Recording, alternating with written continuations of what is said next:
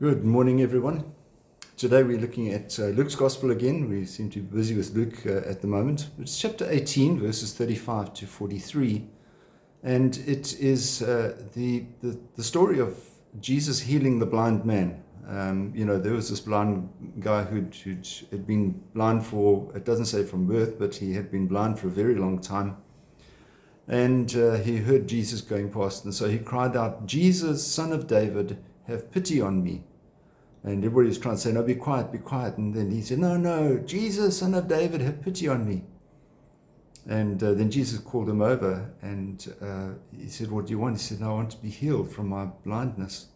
And Jesus said to him, "Your faith has saved you." Now, that term is quite an interesting one, because you talk about, what is your faith? No, I'm a Catholic, that's my faith. Well, it's actually it's your nominated church. It's not even a denomination. It's the nominated church. But that isn't your faith. That's your religion. That's what you're following. But faith that Jesus is talking about there means it's an absolute surrender, an emptying, if you like, of ourselves, which is done deliberately. It's not something that's foisted on us or that we don't understand. It's an intelligent decision to empty yourself and surrender yourself to God.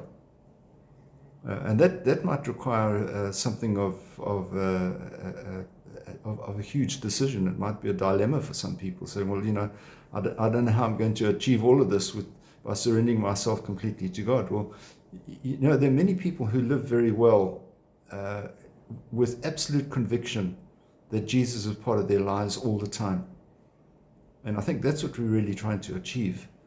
That is the kind of faith that says, I fully believe in Jesus, and He's the one who rules my life. He's the one who governs the way in which I make decisions. And if that is what Jesus is asking us, if to be saved we need to have that kind of faith, well, it's going to take a bit of practice sometimes, but it's also going to take a conscious and clear decision.